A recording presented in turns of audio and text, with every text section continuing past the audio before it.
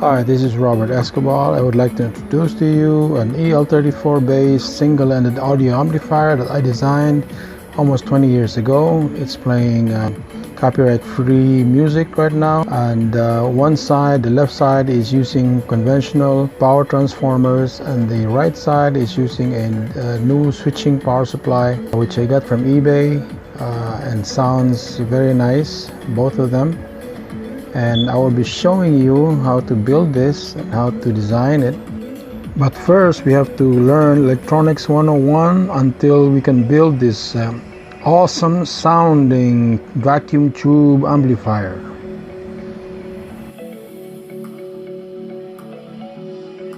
Before we start with Electronics 101, I would like to give you an anatomy of what we would like to do.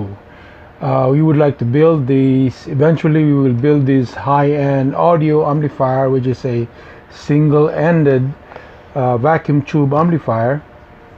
And so I'm going to show you what part itself. And this is the power supply here. This is the switching power supply, which gives us 390 volts, which is required to power the vacuum tubes.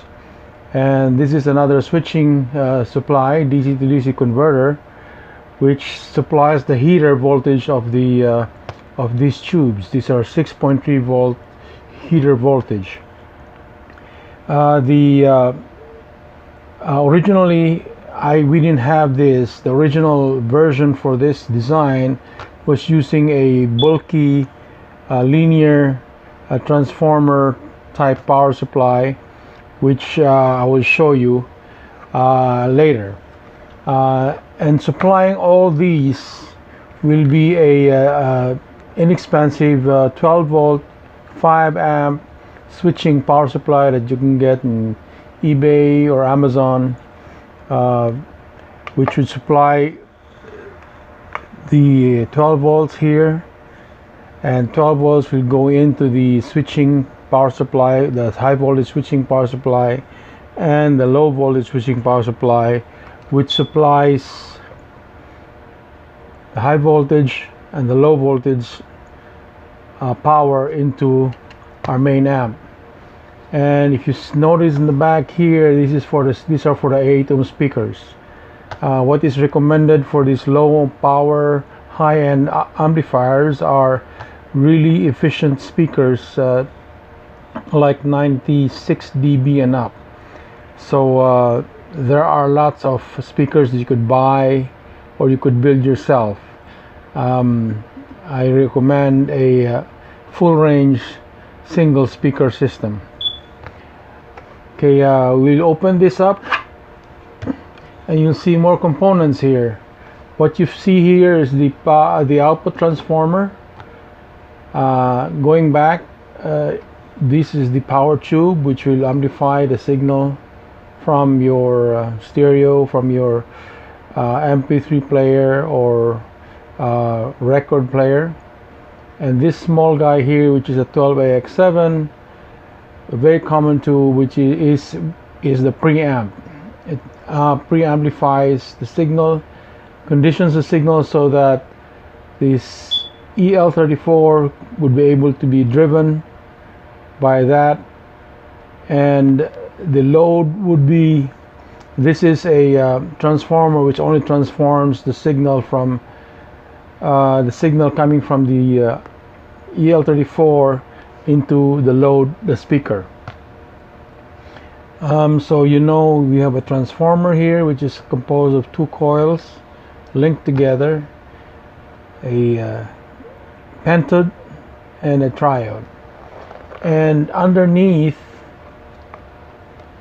you would see there are very simple components. There are only about like 9 resistors here, and the resistors are, you know, these little guys here, these are all resistors, and there are only a few capacitors. This small one here, and then this nice this guy here, which is like a shiny shiny component, which is we call an orange drop capacitor, which is really important for the circuit. But basically all the components here are very important to make this circuit work. And you got these large tubular things here, which we call capacitors. These are filter capacitors, and this one too. This filters out the high voltage power, and this filters out the low voltage 6.3 volts power. So it is arranged neatly in a way that your signal comes in from here, from your MP3 player, from your record player or preamp, goes into the small vacuum tube here, and then the small vacuum tube sends the signal, the amplified signal, through this coupling capacitor. We call this a coupling capacitor, into the EL34 pentode, power pentode, and then it drives now the transformer, which transforms the signal, the impedance of the signal, from very, very high impedance to an 8 ohm impedance, which to drive speakers. We will get more in depth on how this thing works, but to just give you an idea what the components are, there are only a few components that makes this really awesome sounding high-end amplifier. This is a low wattage amplifier. It gives only about 5 watts maximum RMS of audio power, but that is enough to make a room sound very, very loud. So we hope you would be able to follow us here on trying to understand how this thing works, and you'll be able to make your own amplifier using similar components. These are all inexpensive components. The most expensive component here is your transformer, and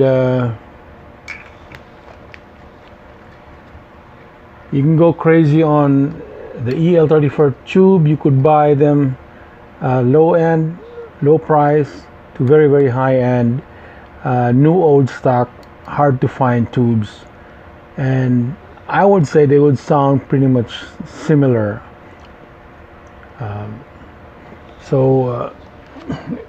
That is the major thing about in our amplifier. We have a modified power supply for this, which is very inexpensive. This you could get from eBay for around $11-12, and this one's around $5 or $6. And this switching 12-volt power supply is probably $8 or $9, $10. So the power supply in itself is quite inexpensive. So the only expensive part here would be the transformer and the power tubes. So in a way, it's going to be a very inexpensive type of high-end. Remember, we're dealing with high-end audio amplifiers. Now I'm going to take this modified power supply and show you what the old power supply was, which I designed also. This humongous thing here,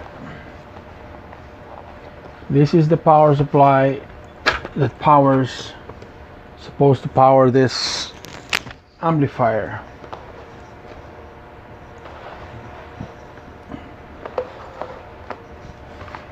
See, this looks really good together, but this is quite expensive. It's around $100 or so. Plus you got these filter chokes here.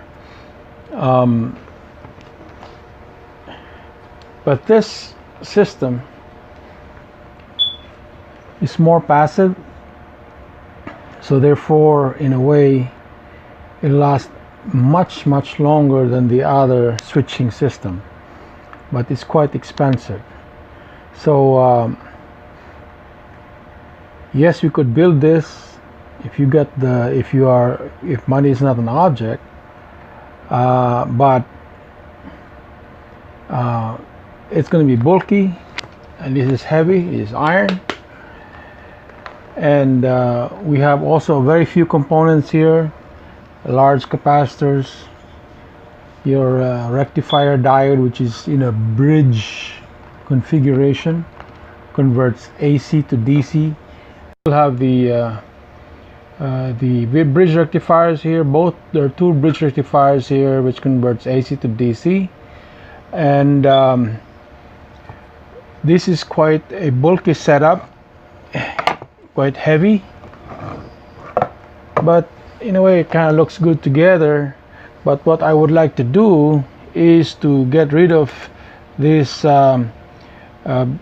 power supply, which is a passive power supply, and use these two components here. These two DC to DC converters can be actually placed inside this whole area. So what I will have now is the DC to DC converters here, the power converters, and all I have then is to plug the 12 volts in this side here. So I'm going to change the plug here so I can connect a 12 volt supply, which would then have just a nice setup like that. Assuming these components are in here, of course you need two for stereo. Okay, so you'll have these two amplifiers without the main big bulky power supply. Plug in the back here the 12 volt system, 12 volt DC to DC converter, and you'll have a very nice looking, very handsome looking high-end audio amplifier, which sounds very, very, very good.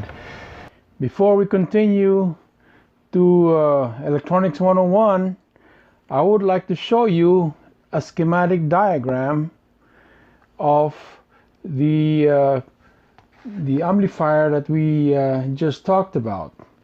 Okay, and if you look at this whole diagram here, there are 9 resistors. These are resistors. These are the symbol of resistors. And we have capacitors also. These are the symbols of capacitors. It is a non-polar capacitor. It's a polar capacitor. And we have 2 active components, which is the small tube. The small tube has actually 2 components inside. There are 2 triodes inside, and the large tube, which is our power tube, which is a power pentode, has 5 elements inside. That's why it's called a pentode. And the triode has 3 elements inside per tube. That's why it's called a triode. And with the arrangements of resistors, capacitors, and our transformer here, plus the speaker, that would comprise our single-ended high-end amplifier, EL34, which is that. And the power supply that supplies this whole system, there are 2 supplies. First, the main supply, which is the 390 volt supply, which comes from your DC to DC converter from 12 volts to 390. It supplies this part here, supplies the tubes, both tubes. And then you have also a DC to DC supply, which is the low voltage supply, 6.3 volts. From 12 volts, it converts it down to 6.3 volts, which supplies the heater in both tubes. The tube amplifiers or vacuum tubes, you have to have a heater. So it heats up the elements so the electrons can flow through the circuit. So this is a basic diagram that represents our single-ended amplifier that we just talked about. You saw the components, you saw the actual components, how it looked like. You know, the transformer was a small piece there. You got this this one representing the large EL34 tube, and this one representing the smaller tube, which is the 12AX7. And you get smaller parts, you know, the resistors and capacitors. And these two components here, these two represents the this guy, the small the 390 volt supply and the 6.3 volt supply. So so we can begin and going to the basics of the electronics 101. Alright, is electronics 101. We're gonna talk about basic circuit diagram, a pictorial version of a circuit diagram, a schematic version of a diagram, and we're gonna talk about Ohm's law and power. First, a pictorial representation of a circuit diagram. We have a battery, a bulb, which is our load, and wires connected to the bulb from the battery to the bulb. If this switch is closed, the current will flow through this whole circuit. The circuit is closed because the switch is closed. The current can flow from negative to positive side, and passing through the bulb, and of course the bulb will start to light. Okay, to represent this in a schematic form, the symbol for a battery is a circle and a V. If it's a DC source, it's plus and minus. And the symbol for wire is the same thing, in lines. And this is a switch here. There's a symbol for a switch.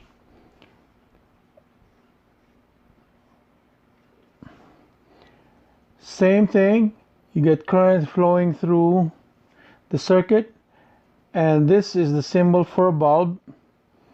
So when the current flows through the circuit, this bulb will start to light. And there are three components that are important on the circuit.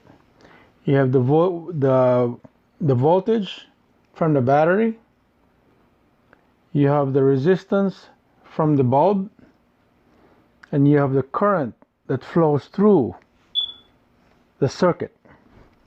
The same thing here, it's the same representation, but you're using a schematic form. Voltage, current, resistance, those three things. And you notice that if you go down to Ohm's law, you have the voltage in volts,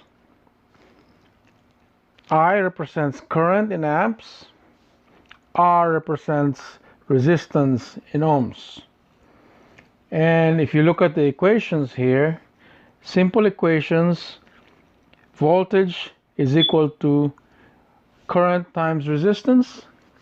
Likewise, current is equal to voltage divided by resistance, and resistance is equal to voltage divided by current. If you know two properties of this circuit, you can get the third one by using this equation. This is a general law, Ohm's law, which is very, very important in what we're going to do, understanding circuits and designing circuits. Aside from the Ohm's law, you have power law. Power is important because if you design such circuits, you have to be mindful of the power that the load is getting, the power that the bulb is getting, the power that the battery can give and can supply, and the type of wire that you're going to use so that it can handle the right power that you are designing for. When you look at the power equations, P is power in watts, V is volts in voltage, I is current in amps. So power is equal to voltage times current. Voltage is equal to power divided by current. Current is equal to power divided by voltage. And if you only have resistance and voltage, you could also find the value of power, voltage squared divided by R, resistance. Same thing, if you got resistance and current, you can still find the value for power, which is I squared R, current squared times resistance. Try to keep this in mind. Copy the, take notes of this equation, because it's very important that we're going to use it as we go along. But the basic circuit we have again is a power source and a load, which is here it represents a simple resistor, a resistance, a bulb. After the basic circuit, we need to get to know the different electronic components. These are not all, but this is what we need to build our amplifier. And we will introduce to you passive components. They are the resistor, which is this symbol, capacitor, which is this symbol. This is a non-polar capacitor, which doesn't have any polarity. And this capacitor, this symbol here, is called a polar capacitor. It does have a polarity, so you need to put this to the negative side of the circuit, and then this terminal to the positive side of the circuit. Otherwise, if you put them the other way around, it will explode. It has to do with the how the capacitor is being made. The next component is called an inductor. It's composed of coil. It's a coil of wire, and you have an air core or metal core, iron core. And there are more than that, but we're going to stick with these two first.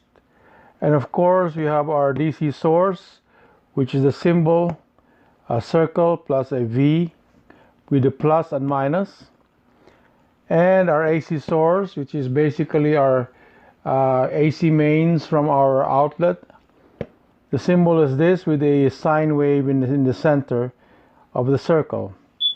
The next component we're going to look at is a lamp or a bulb. It's a circle with the X. And the next one is a transformer. It's two coils together. It's one coil, a primary and a secondary coil. There are more coils. We could have a transformer with many secondary and many primary. But we will stick with this for the moment, with this diagram symbol. Wire, the symbol for wire is a straight line, or it's a line. A symbol for a connected wire is when you want to connect two wires together, is you cross the wires together and you put a dot where it crosses, so that means it is connected. And if you happen to have a situation where you need to cross a wire crisscrosses each other and you don't want to connect it, then you have this kind of symbol there. This for now for passive components. When I say passive components, it's not it only reacts to it in a passive way. We will be talking about each of the components that is relevant to our circuit. For example, our circuit needs a resistor. It has a capacitor. It does not have an inductor. It has a DC source. It has a transformer. It has wires that are connected and unconnected. So these are the things that we're going to work on and study more in the next video. The next component that we're going to look at are the active components in our circuit. We have the vacuum tubes. These are active because they need power to perform their duties. First of all, we have the triode, which is called a triode because we have 3 electrodes inside the vacuum tube. These other 2 electrodes are common to all vacuum tubes, which is the heater. So we don't count that as an electrode. So we count the main electrode here, the cathode, the grid, and the anode. And we will talk more about this later on. And the other vacuum tube that we're going to talk about is the pentode, which has 5 elements. 1, 2, 3, 4, 5. The anode, screen grid 1, screen grid 2, and the grid, the cathode, and of course the heater. Then we are going to look at also the semiconductor components, active components. You have the diode and you have a transistor. You have 2 types of transistors, which is the NPN transistor and the PNP transistor. We're going to talk more about this in the coming videos. This we're not going to use. We're not using these components in our amplifier. We may be using the diode, but some cases we won't. So till next video, please like, subscribe, and share. We're going to talk more about these components in our next video. Thank you.